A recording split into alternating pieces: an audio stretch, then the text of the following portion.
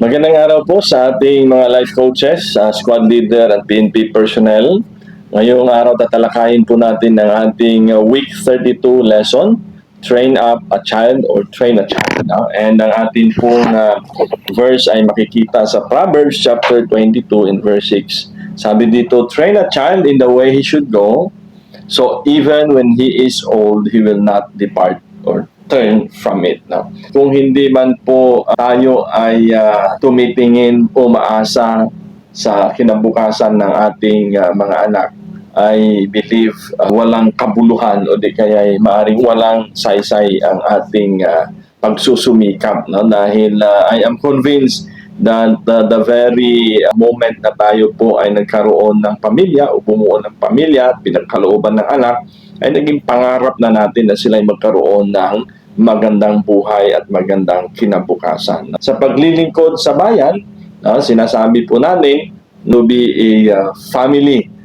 oriented and to give not only time but rather to dedicate yung panahon para po sa ating pamilya. So, if given a chance na tayo ay buo or bumuo ng family natin, what kind of family yung gusto natin? Saang direksyon natin sila gustong dalhin?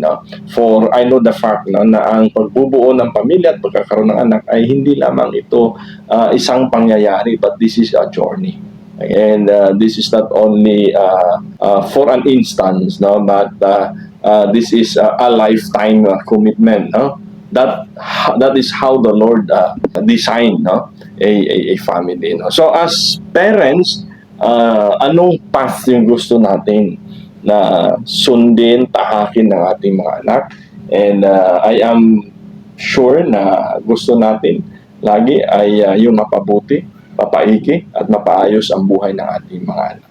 There are some tasks or commitment na kailangan po nating gampanan bilang mga magulang. Kaya nga sabi ng lessons natin, what does it take to train a child?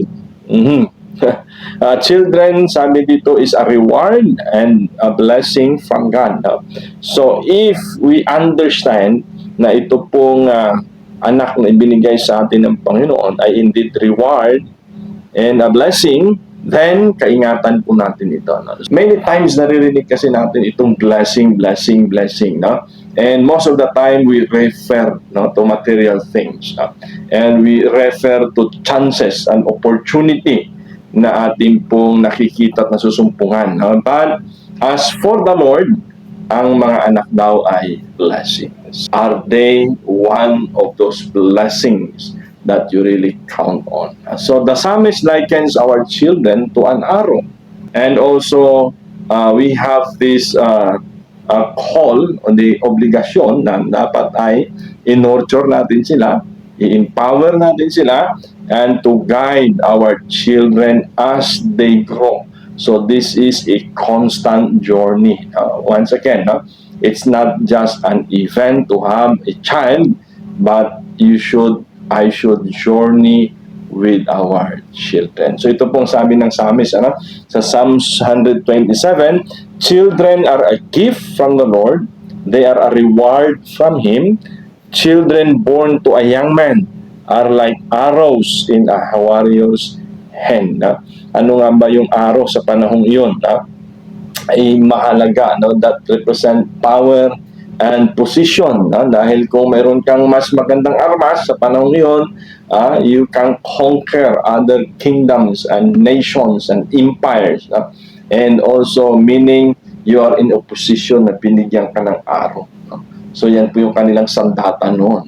And ganun ipinahagi ng psalmist that children, if we focus, we train them, and we direct their path, they can be powerful, like an arrow in the hand of a mighty man. Right? So second is children need to be trained. Okay?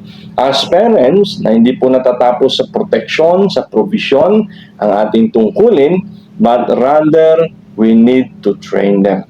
Training implies discipline. And bago po magkaroon ng discipline ang isang bata, there must be a constant training. So it's a journey. Now, it takes a village to raise a child, sabi po ng African proverbs, no? Dahil kung gusto natin siyang maging maalam sa iba't ibang uri ng bagay, maging pantas sa iba't ibang karunungan, no? Kailangan marami po nagbibigay ng input sa kanya. Andyan yung mga teachers sa school, andyan yung doktor, di ba, na pinapakinggan nila, and all other person of expertise. And so if we want our children to lead and to also be beneficial, no, sa community, we as a community must train our children. And parents are ultimately responsible, especially the father, especially you and me as a father. Okay? Sabi nga, sa training kasi mayroong trainer and trainee relationship. And as a trainer, you cannot expect, and you should not expect, your trainee to learn everything overnight. Okay? There must be a constant journey, training, no, and a journey with your training. Ganon din, no, di ba? Sa ating pong training sa service, no, yung mga trainer na gustong ipagawa sa kanilang mga tao ang bagay na gusto nila are those people of expertise also, no? They are person in charge and they are good at it, no? Sabi nga, don't just tell them what to do, but rather show them how to do it. No? Yung kaya mo din gawin ay ipakita mo sa kanila. No? It's not about informing them and telling them what to do, but rather how to do it. No? What does it mean to train up a child the way he should go? Ano ba ang gusto natin maging sa mga anak natin? Depends on you. How you journey them, how you train them, how you guide them. No? Dahil ang ating pong mga anak, sabi sa Proverbs 22:15, a youngster's heart is filled with foolishness, but physical discipline will drive it far away. So, minsan natataka ka rin, no? Yung anak natin, hindi natin tinuturuan ng maling asal, hindi natin sila tinuturuan ng bad words, pero minsan umuwi sila sa bahay. Mayroon na silang mga natutunang mga bagay na hindi natin tinuro, na natutunan nila sa mga barkada, kaibigan, kaklase. No? Because, sabi dito is, their heart is full of foolishness. Okay? So, how to correct them? How to help them? How to train them? Now, there must be a need of physical discipline. No? I don't know how you do it. Maybe grounded, pinapalo mo sila sa point. No? So, hindi lang sana kung saang iba't ibang bahagi ng katawan, no? At kung anong mga bagay ang ating madakot. No? Mayroon din tayong batas. No? May guidelines din ang batas natin yan. But also, the Bible has its own way of reminding us that discipline is important. So, they will drive from doing evil. Hindi na nila ito uulitin at gagawin, no? Ika nga, sabi nila, no? If we discipline and guide our children, no? Sa panahon ngayon, to maybe to inflict some pain, okay? But that will avoid us to break our heart in pain later. So that would be much better, no? Minsan masakit din sa anin, no? Na nakikita yung anak natin na okay, walang privileges, grounded sila, but discipline has to be enforced, okay? So that they will not break our hearts later and cause more damage. So father, mother, no, as parents, tayo po ang unang gumabay. No? I heard this many times sa mga nanay at mga anak na ang sinasabi ng kanilang tatay patungkol sa spirituality, lalo na sa pag-church, pag-pray, pag-devotion, kayo lang doon, kayo lang ng mga bata. No? But you see, kapag tayo mga tatay ang nangunguna, which is, dapat tayo nangunguna. Okay?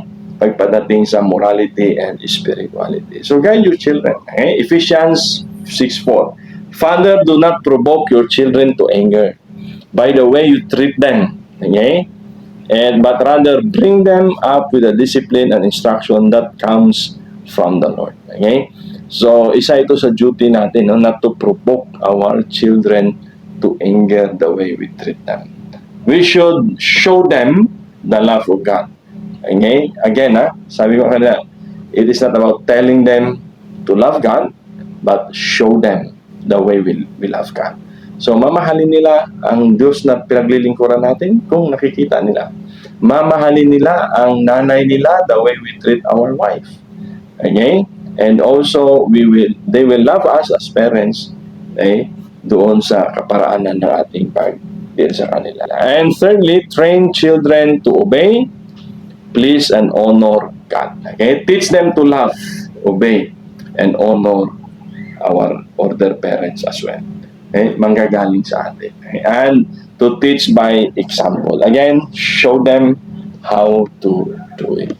Deuteronomy chapter 6 verse 5 to 7, at sabi nga niya dito, repeat them again and again to your children. Ano yun? The commandments of the Lord. Okay?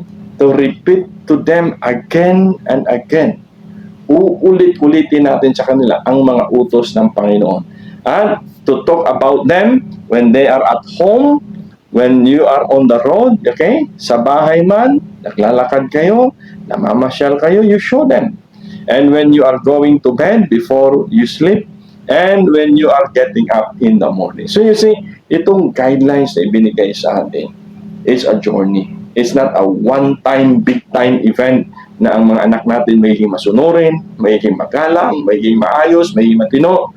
Okay? It takes patience, okay, to train up a child. And lastly, Ephesians 6:1-3, children, you and I still, diba, ay naranasan natin maging mga anak. At hanggang ngayon naman, okay, diba, kung buhay pa ating mga magulang, obey your parent because you belong to the Lord. For this is the right thing to do. Honor your father and mother. This is the first commandment with promise. Okay? So remind your children, and we also as children, we should be reminding ourselves to honor our parents. Why? If you honor your father and mother, things will go well for you, and you will have a long life on earth. Ito po ang dala na biyaya ng paggalang sa mga magulang. Marami po sa atin, we spend too much, okay? Vitamins, for longevity, pero ang sikreto pala ay paggalang sa mga magulang. And if you want your children to live long as well, okay? In and under your guidance, we must teach them to love the Lord. Alright? So thank you very much, and may God bless us all. Good day po sa atin.